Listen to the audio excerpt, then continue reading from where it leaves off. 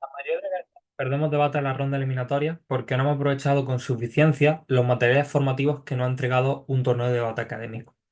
El principal material formativo que nos va a entregar un torneo es el feedback que nos dan los jueces. Porque cuando nosotros preparamos una pregunta, estamos sesgados.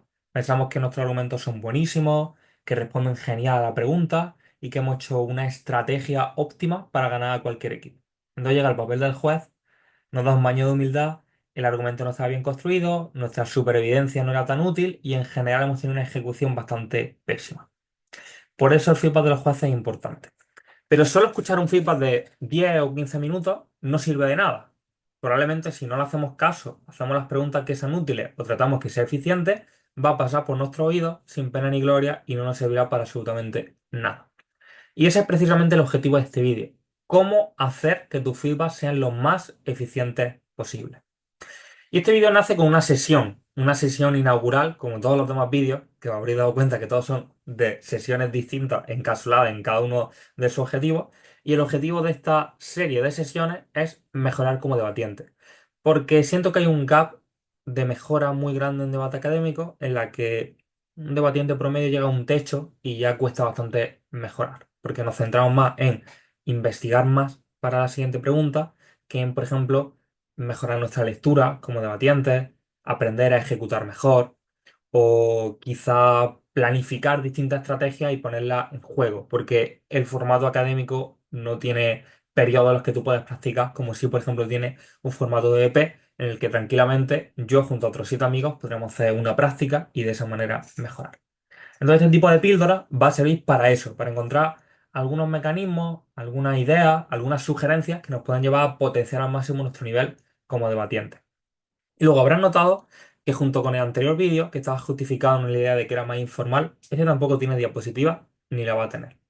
En general, la tónica de los siguientes vídeos va a ser la misma. Va a ser mi careto sin ninguna diapositiva. Porque no tengo mucho tiempo, tengo 6 asignaturas, yo también voy a debate y en general quiero tener tiempo libre ajeno a lo que tenga que ver con debate.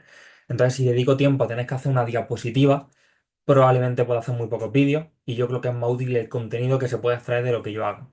Si hay gente que deja de verlo porque es menos vistoso o porque no tiene diapositiva, entonces será un riesgo que voy a asumir porque considero que esto es un vídeo de nicho. Va a servir a quien se está introduciendo en debate, a la gente que ya hace debate y a alguien que encontrará el vídeo de casualidad y probablemente no le sea muy persuasivo porque, como digo, esto es de nicho. Si no haces debate ni planeas hacerlo, no te va a ser de mucha utilidad.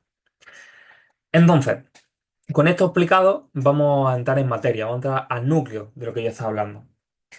Lo primero que tenemos que tener en cuenta es por qué pedimos feedback. En realidad, una pregunta muy simple. ¿Cuál es el objetivo por el que nosotros en realidad pedimos feedback? No solo es feedback que nos dan los 10-15 minutos reglamentarios casi de manera obligatoria en la que tienen que a veces justificar el resultado y dar un pequeño feedback, sino por qué yo me acerco a este juez y le pido feedback.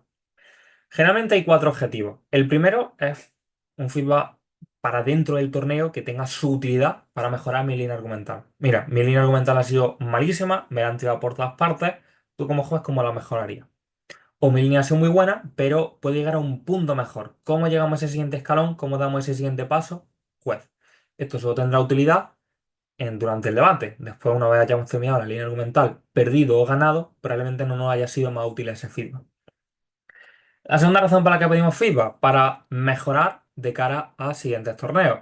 Aspectos sobre mi ejecución, sobre si vocalizo bien o mal, sobre si tengo estructura o no tengo estructura, sobre si no fuimos muy estratégicos y necesitamos una estrategia mejor en afrontar otros torneos o otros debates que, por ejemplo, sean de definiciones. Este tipo de aspectos generalmente pedimos feedback para ese aprendizaje individual que nos servirá para siguientes torneos. Lo tercero, y esto quizás más rebuscado, para conocer a los jueces, o al menos yo lo hago por esta razón. A mí me interesa saber qué le interesa a un juez, qué valora más, qué prioriza, qué le gustaría ver cuando alguien debate. Si le gustaría ver a alguien que hace explicaciones muy simples y te lo grafica todo, o alguien que hace explicaciones más complejas y abstractas. Si le gusta ver a alguien que es muy contundente o alguien que tiene una retórica quizá más suave, pero que convence con las palabras que está diciendo. O, por ejemplo, si no le gusta que haya rodeos, que te explique una historia y que al centro del debate. Entonces yo necesito saberlo para adaptarme como debatiente en el caso de que luego me vuelva a juzgar esa persona. Y una cuarta razón.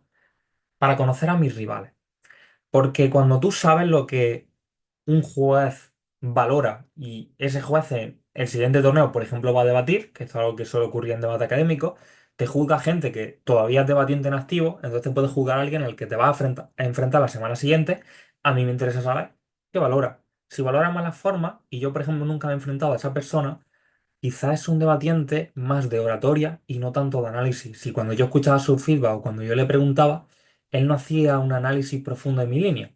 Entonces eso me sirve para encarar una estrategia contra ese equipo. A ese le voy a abordar a análisis o a evidencia porque o voy a tratar de hacer ver como que es un poco charlatán y que habla muy bien pero no responde bien a la pregunta. Entonces eso también es una utilidad que puede tener los feedback. Conocer a mis rivales, conocer a las personas con las que me voy a enfrentar.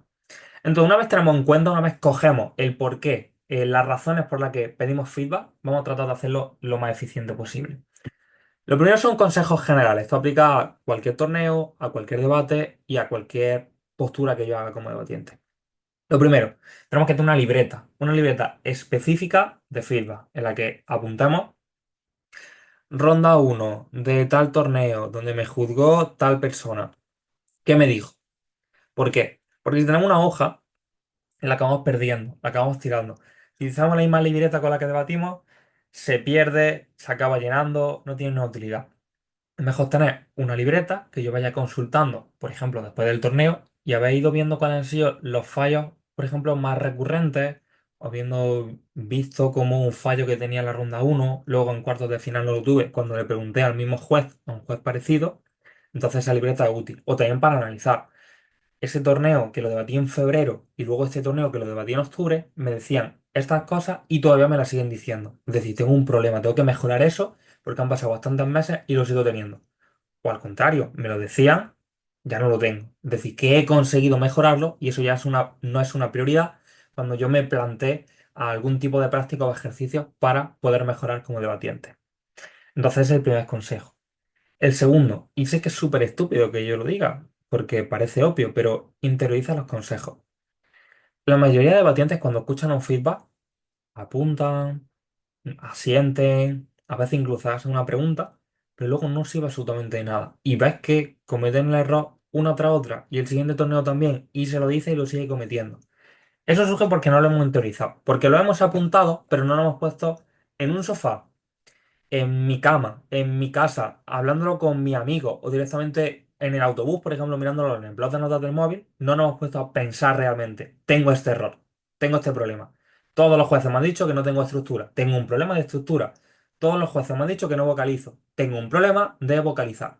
No lo hemos interiorizado y como no lo hemos interiorizado, porque muchas veces ni lo hemos leído de nuevo, entonces no ha sido útil. Entonces este consejo parece estúpido, pero os lo aseguro que muchas veces no ha pasado a todos.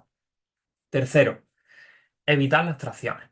Es decir, cuando pido un feedback, que no sea simplemente dame feedback. Esto es un consejo que responde muy bien al refrán de haz lo que diga y no lo que yo haga, porque yo suelo ser muy pesado con los jueces diciéndoles dame feedback, pero en realidad no deberíamos de pedir así feedback. Debemos de ser específicos y no abstractos. No es dame feedback, es qué refutación de las que he hecho te ha gustado para poder repetirla. O ¿qué punto de mi turno has perdido completamente la atención porque era muy repetitivo? Esas preguntas son las verdaderamente útiles. Y en realidad esto funciona así, porque un juez, salvo que sea escolar o algún juez de forma, normalmente cuando está con su libreta juzgando y evaluando los argumentos, no está pensando en después voy a darle feedback y voy a decirle eso, sino que está escribiendo los argumentos, cómo interactúan, qué es lo que piensa del argumento. Pero no está pensando en dar un feedback específico para la persona. Entonces, cuando solo le preguntamos que nos dé feedback, probablemente, dado que no lo tiene escrito, sea lo primero que se le venga a la cabeza. Por ejemplo, te falta estructura y también el feedback será más abstracto, no será muy específico. Te falta estructura, este argumento no me gustó tanto, este argumento me gustó más. O hiciste una buena R2, pero quizás tenés que mejorar la oratoria. Todo muy abstracto porque él no estaba pensando en específicamente voy a darle feedback. Yo tengo que hacer preguntas específicas, preguntas concretas, para que de esta manera pueda conseguir que sea útil. Entonces, ¿cuál es este repertorio de preguntas que podemos hacer? Preguntas obligatorias. Lo primero, preguntas generales. Esto aplica a quien ha hecho la intro, a quien ha hecho el turno de réplica o a quien ha hecho la conclusión. Una pregunta que yo creo que es bastante útil, tengo aquí un guión para que no se me olvide ninguna, es, desde el principio estabais de acuerdo con el resultado, ¿quién y por qué no estuvo de acuerdo? Esta pregunta es muy interesante. Si todos estaban de acuerdo desde el principio, entonces significa que lo hemos hecho bastante bien. Es decir, en general hemos generado una percepción de ganadores. Si alguien no estaba de acuerdo, significa que esa idea sesgada de le hemos pegado una paliza al equipo rival no era tan cierta, porque había un juez que no pensaba eso. Entonces necesitamos saber si estaban de acuerdo, lo estamos hecho bien, si había disenso, por qué había disenso, es decir, qué es lo que había generado que no me quisiesen votar. ¿Soné mal educado? ¿No entendían una refutación? Entonces tengo que explicarlo mejor. ¿No le gustó mi línea argumental? Tengo que sonar más persuasivo o cambiar algo con ese juez. Simplemente le gustaron más las refutaciones del otro y yo no respondía a esa. Pues entonces tengo que ser más consciente de tener una mejor lectura. Esa pregunta es muy relevante de cara a afrontar el siguiente debate. Pero también, si alguien hubo, si alguien no estuvo de acuerdo, ¿cómo le convenciste para que sí lo estuviese? En el caso de que no hubiese un split, es decir, que no fuese unánime. Lo que le convenció, quizá lo que yo tengo que potenciar. Él no estaba de acuerdo con esta refutación, pero cuando yo se la expliqué de esta manera, dijo, ah, ahora sí. Pues entonces que no tenga que ser el juez quien la explique, ahora la explico yo mejor. Con la propia explicación que hizo el juez si hace falta, como él la entendió.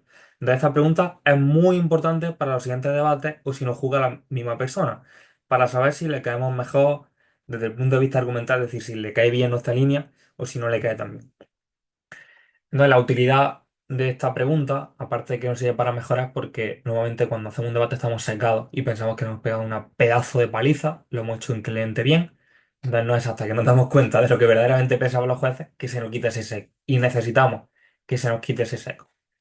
La siguiente pregunta es: ¿tuvo una buena estructura? ¿Fue fácil seguirme? ¿En qué momento te costó más?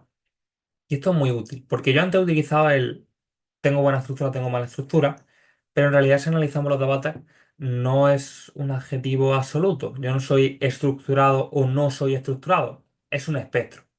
Yo soy más o menos estructurado en ciertos momentos. Quizá hay explicaciones que no las tengo tan interiorizadas en mi cabeza y entonces ahí me faltó la estructura.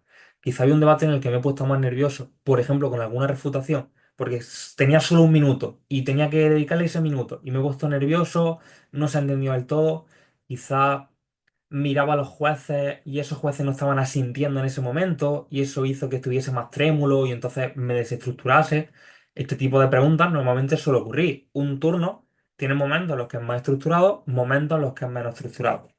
Y entonces eso nos ayuda a identificar en qué momento lo sintieron. Por ejemplo, en el primer argumento sentí que te faltaba algo, que saltabas de un punto a otro. Clave, ya lo sé, el primer argumento no lo estoy explicando bien. Me está faltando estructura ahí. Pero no un problema intrínseco de no tengo estructura, es ese argumento específico. Por tanto, puedo mejorarlo para el siguiente debate. Se lo explico a mi amigo, si ha venido algún familiar, o puedo llamar a algún familiar, por ejemplo, durante la comida, que solemos tener una hora mientras los demás comen, si comemos rápido, y se lo explico y que él me haga un pequeño análisis.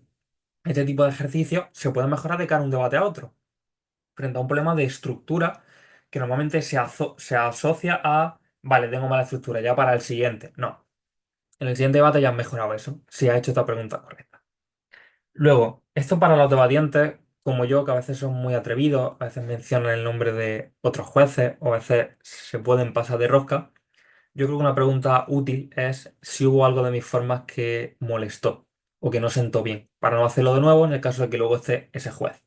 Por la aplicación de utilidades tengo que conocer a los jueces. Entonces hay veces que no te lo dicen porque lo pasan por alto o no lo ven tan importante, pero cuando hay un debate muy igualado, un juez al que tú hayas hecho un comentario que no le ha sentado bien, puede ser la diferencia entre has llegado a la final o te has quedado preguntado en semi. Entonces esta pregunta también es buena para aquellos que sean más atrevidos.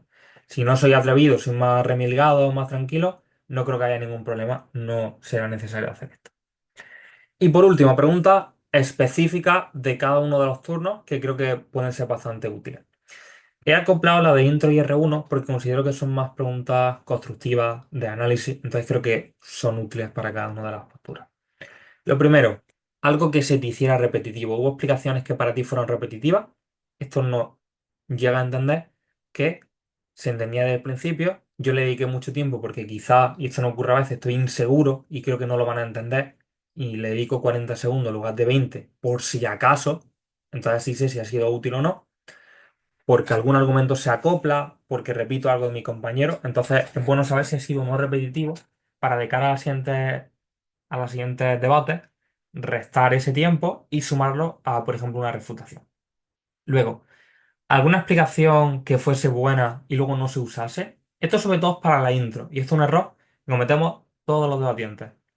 Sacamos algo en la intro, por ejemplo, pidiéndole una carga de la prueba específica al equipo contrario, y luego nadie. Suena cri luego no se usa, el juez lo ha apuntado y ha dicho, coño, esto va a ser bueno, aquí van a plantear un microdebate interesante, y luego no se usa. Entonces es útil, porque a veces no somos conscientes, tenemos tanto material que no nos damos cuenta de cosas que tenemos incluso en la intro y luego no lo usamos. Es bueno hacerle esa pregunta, porque cuando le hacemos esa pregunta, entonces cuando el juez va o mirar sus notas o acordarse del debate y decir, hostia, pues mira, en la intro sacaba ahí un encuadre o un marco que era muy interesante, pero luego ninguno más le hacía mención. Y esto podría haber sido útil para ganar al equipo con el que habéis perdido en ronda 4. Por ejemplo, me estoy inventando este escenario hipotético. Entonces, esa pregunta es bastante útil. Y luego, entendiste desde el principio el argumento básico, si se entendió, si no se entendió, para saber cómo mejorarlo.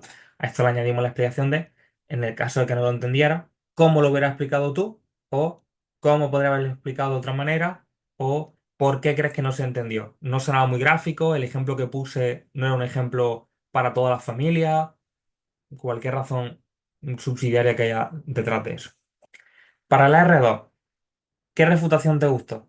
Porque si le gustó esa refutación la tenemos que repetir en otro debate. Quizás la formulamos de una manera distinta, pero la esencia de esa refutación la repetimos. Si le ha gustado, si ha sido útil, si ha incluso dirimido el debate a nuestro favor, entonces hay que repetirla.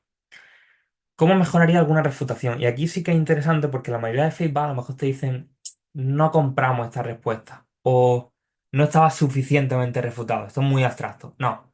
¿Por qué no estaba suficientemente refutado? Yo le dije esto a ese argumento. ¿Por qué esta respuesta consideras que no era suficiente? Y entonces él te dirá, porque no responde bien a lo que estabas diciendo, porque no siempre afecta, porque la evidencia que me estás diciendo no es creíble, cualquier razón. Pero tenemos que saber no que nuestra refutación ha sido suficientemente buena, sino por qué no ha sido suficientemente buena. Si no, o la vamos a hacer de nuevo o no la vamos a hacer. Y a lo mejor la refutación tenía un potencial muy bueno que no estábamos aprovechando. Entonces la pregunta específica.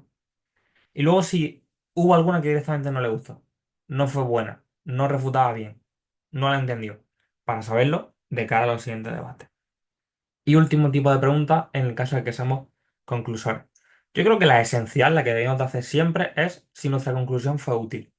¿Por qué hay debates en los que la conclusión no es útil? Ya sea porque el debate está ganado, ya sea porque el debate está perdido, o ya sea porque nosotros no hicimos que fuera útil. Entonces, pudimos ganar en un debate ajustado, pero no por nuestra conclusión, o pudimos perder en un debate ajustado porque nuestra conclusión no fue buena. Entonces, ¿fue útil? Si nos dice que sí, le preguntamos por qué fue útil, qué fue lo que hizo que tocase un clic en su cabeza, una tecla y ese clic hiciese, vale, ha ganado el equipo de Capi. ¿Qué fue lo que lo hizo? Un punto de choque que para era muy relevante y no tenía tan claro, una explicación de un argumento que se difuminó por el debate y de pronto se recordó muy bien. Me gustaron mucho las formas y estaba tan ajustado que fue simplemente por el uso de formas, no sé, cualquier razón, pero tenemos que saberla para luego afrontar una conclusión en un debate que sea parecido. Si no fue útil, ¿por qué no fue útil? Pues mira, porque ellos te decían esto y si analizáramos la intro, con el marco que sacasteis, quizá podría haber respondido y tú desde la conclusión, como era material que había sacado el introductor, podría haberlo medio sacado y tratado de convencerme de que en realidad ganábamos. O es que tenía un argumento muy bueno, pero se diluye. Vuestro R2 no reconstruye nada. Ellos siguen repitiendo una refutación y tú no dices absolutamente nada de ese argumento y quizá ese argumento era clave. Entonces, si sabemos por qué nos fue útil, ya sabemos cómo hacerla útil. Pues para la próxima, si sabemos que mi R2 se le olvida reconstruir, pues o le damos un golpe y decimos, oye, reconstruye, espabila que estamos perdiendo. O meto yo una reconstrucción que no suene como material nuevo. Entonces, esto también podemos hacerlo para que sea útil. Y luego, las conclusiones tienen muy poco tiempo. Entonces, yo la siguiente pregunta que creo que es bastante importante es, ¿Dónde dedico más tiempo? ¿Qué recortaría? Pues mira, que en una conclusión de 3 minutos me digas hay que agradecer al excelente jurado por este magnífico debate, has perdido 15 segundos que podrías aprovechar en otra cosa. Vale, pues ya sé que si este me juzga o los que estamos en ese panel me juzgan, no hace falta que pierda tiempo con agradecimiento. O, mira, este primer argumento estaba claro que lo habéis refutado. Entonces, no era necesario que explicarais tres refutaciones. Valía una, dedicada 20 segundos. Y el segundo argumento, que había duda, ahí es donde tenés que haberle dedicado más tiempo. Y no al primero, porque como estaba el primero, hablaste 1 minuto y medio. No. Entonces, esto necesitamos saberlo para afrontar, sobre todo, la ejecución de cómo queremos ganar con esta conclusión, con todo lo que ha habido en el debate, cómo voy a ganar. Y entonces, ahora lo sé, que ahora soy consciente de que quizás este primer argumento, en una situación parecida, no tengo que dedicarle tanto tiempo. Esto básicamente son las preguntas. Evidentemente hay muchas más preguntas. Hay preguntas más específicas que dependerán del flow del debate o de las características singulares que tenga cada uno de los enfrentamientos en los que vosotros estáis. Entonces ahí difícilmente puedo ayudaros y hay otras preguntas que a lo mejor no han sido útiles. Pero la esencia de para mejorar es, sobre todo, buscarle la utilidad al feedback, hacer preguntas que sean muy específicas e interiorizar esas respuestas, que no le molesta a un juez en la comida para luego no hacer absolutamente nada. Porque luego hay escenarios en los que yo no estoy de acuerdo. Quizá a mí me ha dicho un feedback y digo, mira, no tienes ni idea o no lo he entendido bien. Pero si me juzga de nuevo, quizá es interesante volver a sacar esa respuesta, eso que él sacaría, que para mí es bastante malardo, pero a él le ha gustado.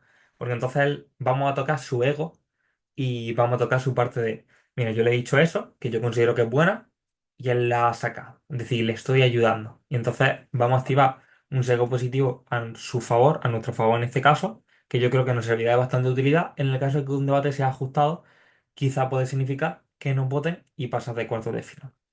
Entonces, con todo esto explicado, espero que haya quedado satisfecha la idea de cómo podemos hacer nuestros feedback más útiles y espero no tener que dedicar más vídeos sobre esto y que todos, cuando volváis a escuchar un feedback, de verdad le deis la utilidad que se merece. Muchas gracias.